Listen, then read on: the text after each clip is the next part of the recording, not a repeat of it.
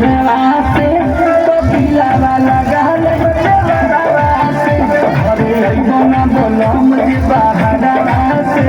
कपिलावा लगाल देवरवा से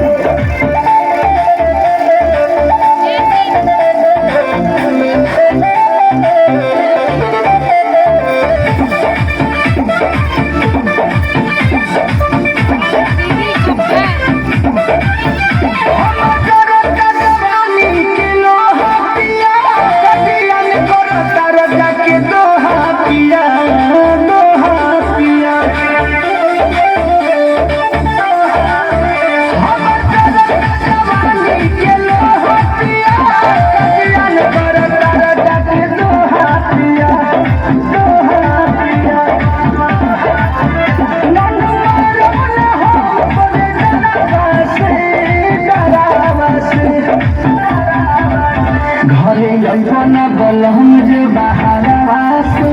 कपिलावा लगाल देवरवा से घरे अइबो ना बोलम जे बहारवा से कपिलावा लगाल देवरवा से